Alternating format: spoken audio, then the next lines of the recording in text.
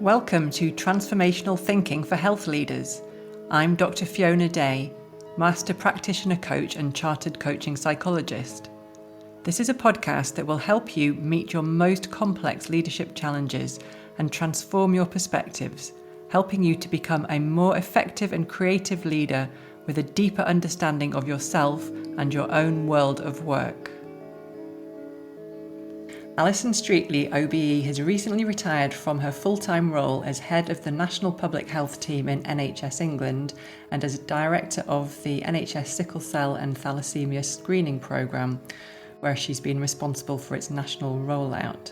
She's held a wide range of roles in public health at local and mainly national level. So welcome to the podcast, Allison. Thank you. Very pleased to be here.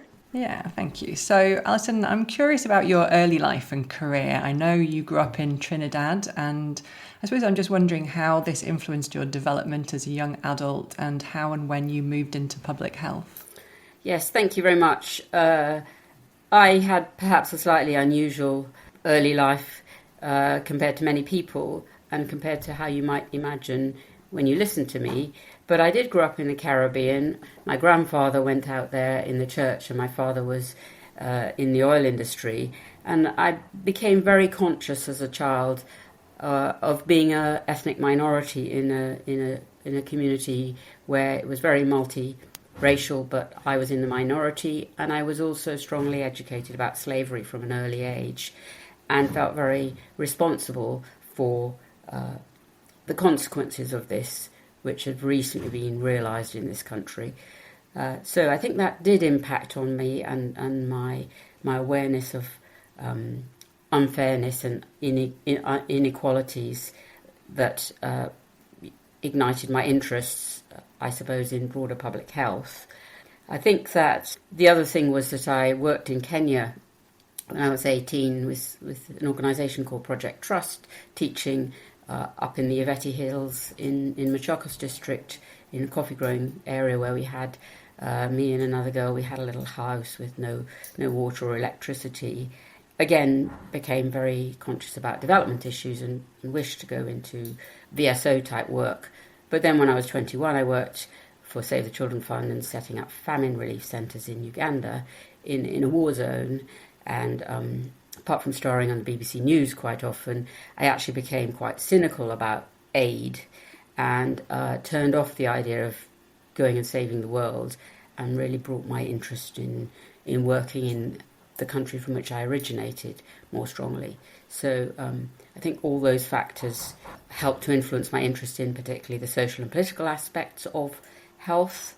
And when I came to study medicine at Cambridge, I chose to study social and political science in my final year, which had a huge impact on my thinking about health. And from that point, I really, was interested in the wider determinants of health and those other aspects. So I think that's actually quite a logical progression from my early experience into where I landed up. What a fascinating journey then, from those kind of being exposed to the consequences of slavery and the injustice and the kind of the value base that came for you from that, to the work that you were doing in Africa, and then kind of disillusionment, like you were saying, with the kind of the aid system. And I didn't know that you'd been interviewed on BBC News several times around that, through to then kind of doing medicine, and then I guess, like you say, kind of being able to choose to do something additional in terms of your medical training as well, and being exposed to the kind of political sciences as well, that I can really see how that's been a kind of really strong foundation for the rest of your career, hasn't it? And I suppose, thinking back over the last few decades and, yourself as you've grown into a public health leader over the years, what do you feel is the most important insight you've gained about yourself, Alison, over the years? I think self-acceptance and recognition of both my strengths and building of confidence, but also much more comfortable with the fact that I have significant areas for working on, and being humble about the fact that, everyone has their strong and their weak points, and I'm certainly someone with quite a spiky profile and have been identified as an adult as with dyslexic thinking, which actually has been one of the great strengths, I think, of my leadership, but also has given myself and my teams particular challenges and important areas for recognition of drawing in on other people to support those areas where I am not particularly so strong. It's also important in terms of the things which I'm best at doing and the situations in which I most likely excelled and the situations in which I particularly struggled. And so I think as you get older, you usually become more accepting of yourself and more self-aware, and I think that's an important aspect of what I've learnt over the years. So there's something there about that self-acceptance. That's such a beautiful concept, isn't it? Being able to kind of, accept who you are and embrace that, and then really play to your strengths, but not taking your eye off the fact that we've always got areas for growth and development at the same time, and how you've used that, your neurodivergent profile to really play to your strengths. And perhaps we can talk a little bit more about that as we go on too. Thank you for sharing that. And I'm aware, your roles, Alison, have included leading large teams through significant organisational change in a couple of different organisations, big restructures that you've been responsible for overseeing. And it's something that's increasingly common for health leaders to either choose to do because it's something that, is felt to be needed in terms of restructure, or it's something that they're being asked to do for a variety of reasons. I'm curious, Alison, what you learnt from your first experience of leading a major organisational restructure that then helped with your second experience when you went through it again, and also, whether you have any further advice for our listeners' benefit. Well, I suppose stepping aside slightly, which is what I would tend to do, is that before I became involved in the PHE setup, my role in that with the national screening programmes, I had been through various restructures prior to that, and like most people in public health will have experienced quite a range of those. So I'd already sort of seen, without being totally in charge, the key sort of challenges that one faces. And in one role, I wasn't able to get a permanent position as a DPH because the post was frozen for quite a while. So I was very familiar with some of the challenges.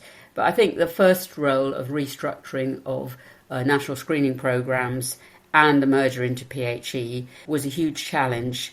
I think it was the most difficult restructure I've experienced, and different bits of the system dealt with it in different ways. I was involved with both being restructured personally into the local authority and also transferring at the same time into PHE, so two different transfers, and trying to transfer my team, which I was going to be detaching from with the restructure.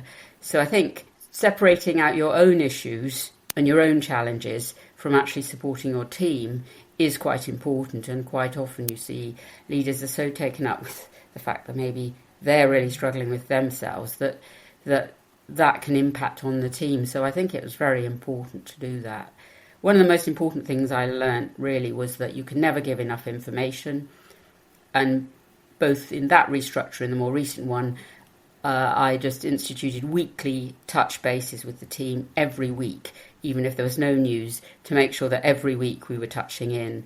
And I know that's not perfect, but it did help people feel that I was, trying to share information. So I think communication can never be good enough, but we have to be humble about the fact that we may think there's no news, but people still want to hear from you. So I think that's really an important thing. And I think detaching oneself from one's own issues and challenges and managing and being supported with that from actually recognising the importance as a leader, how your team will be looking to you and how important that is to set your vision, be clear what the direction should be, and stick with that, which I think is really important to help people feel that there is a future for them, and that you have got their back.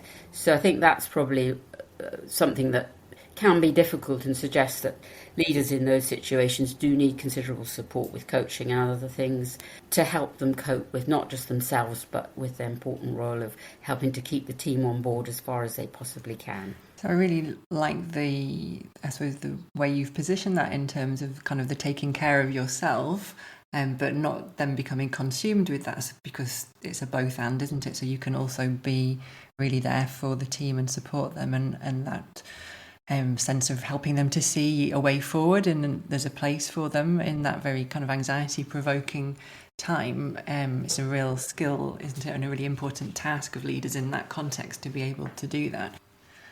So, Alison, I'm curious about the range of different situations that you found yourself in as a leader, and if you could say a little bit about sort of situational leadership, context-specific leadership. Yes, thank you. I think as I developed, I became aware that leadership styles and skill sets and approaches vary in different situations, and the time for pace setting and really performance-related leadership is much less than the time for visionary, supportive coaching styles. But also understanding myself and looking back on where I was really most effective, I realised that I'm particularly strong where there's a lot of uncertainty and where things are changing rapidly. And recently, when I was became the lead for long COVID for Public Health England, and then UXRA as it transitioned, I think that was a natural fit for me, as many of the people that work in that sort of setting like much more concrete set things, and long COVID was a very challenging, uncertain thing, like slippery soap, but I think it suited my skill set. And similarly, when I was responsible for the sickle cell and thalassemia screening programme, really no one wanted to do that. They felt it was far too complicated and difficult.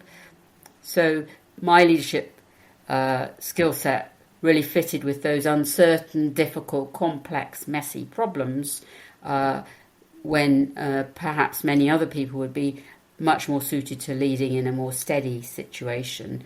And I think what I take from that is knowing yourself and understanding yourself will help you to see where you might best fit. It's important to also make sure that that's something that you're happier with and you enjoy.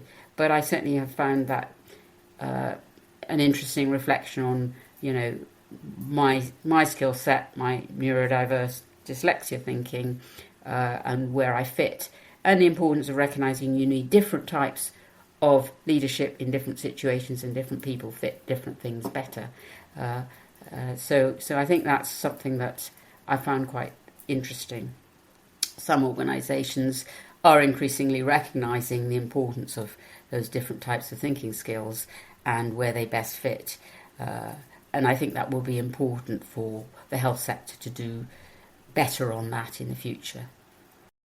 Being comfortable with uncertainty is a really important leadership skill that it's quite hard to learn, but there are evidence-based ways that we can support leaders to help them to be more comfortable in uncertainty.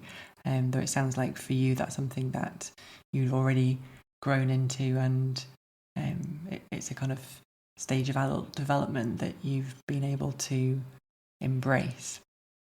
In terms of, the kind of the differences that you've experienced in a variety, you've worked in so many different roles at the coalface and kind of, at national level too. I'm curious about the differences that you've observed between leading as a senior civil servant compared to being closer to the coalface in, as a health leader, and your, whether there's any reflections that you're willing to share around that. Well, just taking a step back, I think, and building on the comments about managing during transition, I think most senior leaders will also be managers. And it's important in those change times to be clear about your role as a manager in supporting your staff from your role as a leader, because they are distinct. And I think your question about being a civil servant versus at a more local level, obviously in the civil service, the managerial style is very strong, and there's often a lot more layers of this, and layers of bureaucracy and process is terribly important. So I think operating in the civil service, it's it's similar in the sense of the political dimension, but it's a different level of working and accountability and responsibility. So I think you do need to be respectful of the political dimension, which is very strong. At a local level, you perhaps have a bit more discretion. Working with local leaders and building that relationship is going to be more personal and easier to achieve if you do it well. So you may have a bit more discretion or scope than you would have at a more senior level. And I think that's, there's a reality. You have to be pragmatic. I think I have been pragmatic in quite a lot of my roles, that there's a reality. You can be visionary to the nth degree, but you've got to be realistic about where your scope is for change. So I think that's an important difference to recognise. I think when PHE was established as a new, within the civil service, that was quite a lot of adjustment for many people, and I wouldn't want to say too many comments about PHE given the history, but I think that was quite a big change from being in the NHS and then other public health people working into local authority and adjusting to a very different environment from the previous one where public health was mainly in the NHS. So I think, there are differences, but perhaps it's more about context. Perhaps in some ways it's not as different. I think the regional level is more different, in my view, than local to national. In a way, local and national are sort of both tied into political agendas. They're just in a different scale, whereas the regional level is a more sort of assurance role, and that's one I think is more, perhaps, arguably a bit different. That's really interesting. And I suppose just thinking about the different cultures and the different levers that you have to pull, you have available to you in different contexts as well, is just it's something that was just thinking about while you were talking there. Thinking about leadership, obviously, it's important to be clear what sort of definition are you working to on leadership, and there are lots of definitions of leadership. Goleman's definition about a set of behaviours, leadership is a set of behaviours to help people align their collective direction, to execute strategic plans, and to continually renew an organisational system, so 3 things, is quite interesting to me, because public health is often very keen on helping people align their collective direction, but it's really important to recognise that it's about executing plans and delivery, to either together across the system or in an organisation, and also to perhaps change the cultures and organisations to work in that way. And so I think leadership, what do you mean and understand by leadership, is very important to inform how you proceed and how you behave as a leader, and to be really focused on, actually, this is about where do we really want to get to, and are we actually not just saying this, but are we actually putting in place the things and using the levers to achieve what might be possible. And in terms of levers, obviously, there are different levers and different opportunities. In my experience at national level is if, a decision is made to do something, there's a window when it suddenly is all happening, and, then you're into real, no longer lobbying about the collective direction, but just getting on and doing all the things and drawing in on that opportunity. And that is often a narrow window, a narrow area where you can really move. So I think local level you're probably working on many more areas and different relationships, but at national level it's often in my experience like that. Introducing a national screening programme, we had an opportunity and we had a window, and I could always see that this was not going to go on forever. We had to get as far as we possibly could in the time available, and so you've got to be agile. You've got to be clear where you want to go, but you've also got to be very agile, and that's as much about getting the system to work to deliver as it is about an individual. Yeah, and I think some of this is also about pace, isn't it? And part of the leader's role is about pace setting, but finding the right pace and being and it's quite flexible. It has to be flexible. It has to adapt to the the dynamic environment that you're in. it's something. It's quite nuanced, isn't it? I suppose in terms of that making sure you are delivering and doing that side of things, and also that you're not burning your staff out and you're taking them with you, and also you're in a complex system around you in public health, and the leadership roles that you've been in, Alison, very much as a system leader, and this complexity and things kind of moving and changing around you all the time. There's like so many moving parts of the system. I'm curious really in terms of your reflections about being a system leader and being effective as a system leader, and what helps, because lots of people who end up in system leadership roles, they've kind of there's like a pipeline, isn't it, in a way, that you start off with a kind of more minor managerial role, moving in over time to leading departments, moving into leading organisations, like many medical directors say, for example. But most public health work does tend to take place across systems. So yeah, what have you learnt about being effective as a system leader specifically? Obviously, I am who I am, and so my way of leading in the system is influenced by who I am. And in terms of different styles of leadership, I've always been someone who is very strategic, sees to the future, tends to have a clearer vision, which can be very annoying for some people who want to be much more day to day. But that's always been who I am and how I think. So that has obviously always influenced the way I operate in systems. There have been times when I've been very involved with the pace-setting style of leadership and much more directive, but consistently I've always had that visionary leadership. I think in terms of being effective across the system, then the way you come across, being clear about having an inspiring direction of travel, but also so important but often not really appreciated, is the ability to listen to people early on, to make them feel that you understand where they come from, and to respond to what they're saying just can't be underestimated. Because if people feel you understand, you've taken some time to understand where they're coming from, you recognise their issues, and you continue to recognise their issues, and you demonstrate that in practice, you're going to be much more able to call on them to help and to engage and to speak your language, and to advocate the things you want to achieve. And so I think for me, system leadership is as much about getting everybody out there to feel welcome, feel that there's an understanding of where they come from, and to demonstrate that really in practice, not just with lip service, and to build that over time. Because if you can build those relationships over time, and that's very much what local DPHs and others do, then they can call on those levers and they can call up those relationships when needed. I often used to say to junior, staff who'd be coming around to ask me something, I'd say, well, I see you're here. You want something, is that right?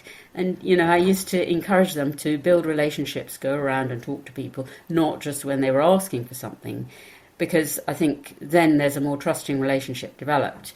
And they used to be quite shocked because they were very keen and coming around. And actually, I used to say, well, actually, I think it's really important you think about building these relationships in a bit more of a sustainable manner, because you're going to need to call them up, and you never know when you might need to call them up. So I think, building that sense of authenticity and authentic listening, and just by the way your body language, and you actually give people time, you make sure the people who haven't spoken get a chance to speak, that everyone in the room speaks, and you don't have one or two people just dominating, you don't have the lack of confidence that everyone has to wait for the senior person to say what the answer is before they say anything. These are all important parts of system leadership that's actually going to really work. So I think those are some of the points I would say, and building those relationships and sustaining them is just so important. That's what good DPHs do, but at national level, similar is relevant, and to be seen as a genuine person. I think the other thing is sometimes people feel they need to be the person that does it all, but obviously if you can pull the levers behind and get other people to be, on your page and speaking up for you, instead of needing to say it, it's also going to add a lot more weight to the situation. I think there's a lot in that, in what you said there, in terms of, everything from the kind of values that drive you around inclusivity and fairness, going back to our earlier part of our conversation, but also, leadership is a relationship business, isn't it? And being able to put yourself in somebody else's shoes and take perspective is, I think, the key kind of leadership skill of the 21st century. Really, really important. And I love how you describe there, Alison, how you have been doing that. And you've also just mentioned a little bit about supporting people in more junior positions and some kind of mentoring, informal, maybe formal or informal mentoring advice that you've been giving there. I suppose, just has that been a part of your role, that kind of mentoring, coaching others? Yes, very much. I was a training coordinator really within 3 months of becoming consultant, so I was involved with the training scheme fairly early on.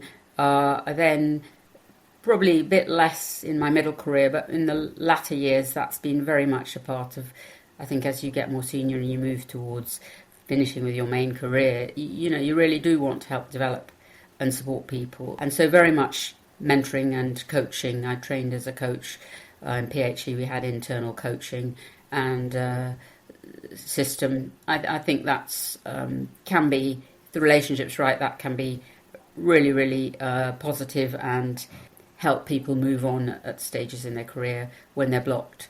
So yeah, I mean, managers do coaching. I suppose leadership roles there slightly different, but equally important. And again, making people feel that you understand where they're coming from. They may not have had some of the opportunities I've had. I trained a medical career and degree. They may be coming through different routes. We have people in public health from a wide range of different backgrounds, and there's a place for many different types of people with different skills. And the more we recognise how we bring in those different skills, and we're quite a broad church, then I've always been very keen on trying to support that. Certainly some of the non-clinical people that I've trained have been outstanding, gone on to be professors and others. I could see that from an early day, how capable they were. And I'm proud of recruiting a really diverse range of staff into certainly the last couple of teams that I had. But also, I think in terms of coaching and supporting people, it's very important to try and make sure that you don't have a comfort team where everyone's the same, and you actually recruit people who might challenge you. So supporting people from different backgrounds to oneself can be challenging sometimes, but I think it's good to be challenged, and it makes for better teams. The other side of coaching and development is actually supporting teams to develop, to work well together, and that's a real 21st century thing. And I think face-to-face is really important for building teams and building relationships in teams, so that teams support themselves and take on leadership roles as opposed to just the leader. And I think that's something I've certainly thought about more in my later stages in my career. I think there's something there about, you're, as a leader, you're leading teams of teams, aren't you? And even if you're not designated as the leader, you still need a certain amount of team coaching skills to be able to be an effective member of the team, to really enable it to perform to its best level. You mentioned about kind of, as your career progressed and how your roles or priorities have changed a little bit. I suppose I'm just kind of curious, as you now have transitioned from this full-time role as head of the National Public Health Team in an NHS England into this next chapter of your life, would you just kind of tell us a little bit about, I know it's still very early days, but any kind of reflections, learning about this transition from your main career? Yes, thanks. I think that the first thing to say is, rather than just going forward, actually I think preparing to step back from a main full-time role is really important. And certainly in appraisals, I found quite often that people are very anxious or reluctant to talk about this, or very grateful that you open up the conversation. I have to say thank you to Judy Curzon and co from PHE for really being positive about guidance on encouraging people to talk about the next step in their appraisals, both in terms of supporting me as an appraiser, but also as part of recognising the importance of trying to think about this in advance. So I think in terms of preparing for stepping back and one's identity in a new way, preparing in advance and being open about that, and taking time to reflect on where one's got to in one's career, what you want to do with the next steps, etc., is really, really important to be ready. And I find it really helpful to do that, so that I felt ready and able to step back. I think the other thing to say for me personally was that after the pandemic and my role, particularly as lead in long COVID, I was really pretty burnt out. We did have some support, but I did get 4 weeks time, 3 weeks off and a week of sort of study leave after the pandemic, before I came sort of back fully to NHS England. And that was just so beneficial to me in terms of decompression from what had been, and for many people has been, a hugely demanding time. That really spurred me into recognising that before I sort of step into whatever I do next, I really did need some time to just decompress and process what I've been through. So now that I stepped back from my role about two and a half months ago, I have taken some time to just decompress and do some of the other things that I needed to do. And I think people shouldn't be feeling they need to immediately know the answer to what they're going to do next, because it will take time to settle and to work out what's important. But I think preparation before you take that step, to be comfortable and recognise this is a great opportunity to have a fresh start and do new things, is really important, and will be really important in the way you go forward. And I know that how you finish is also important. So being able to finish in a way that you choose is going to be, as I was, is going to be a lot easier than if you are in a major restructure and you're taking some form of redundancy, perhaps if you didn't choose that, or you're deciding that what's on offer isn't really very attractive, so you're going to leave. So I think all of those things are important. I don't think people talk about it enough. I think we shouldn't be talking about retirement. We should be talking about life after a main career, or moving into part-time roles or other opportunities such as are widely available. So I think those are important. Taking time to work out what you might want to do, where your strengths lie, what the opportunities are, and then putting your mind to that is important. So for me, I'm really glad to have that chance to have time out, to not spend 8 hours sitting at a desk, to be much, much more physically active, and to just be able to attend to some of the things I needed to attend to, and then move positively into that new phase. I think that's what I would say at this point.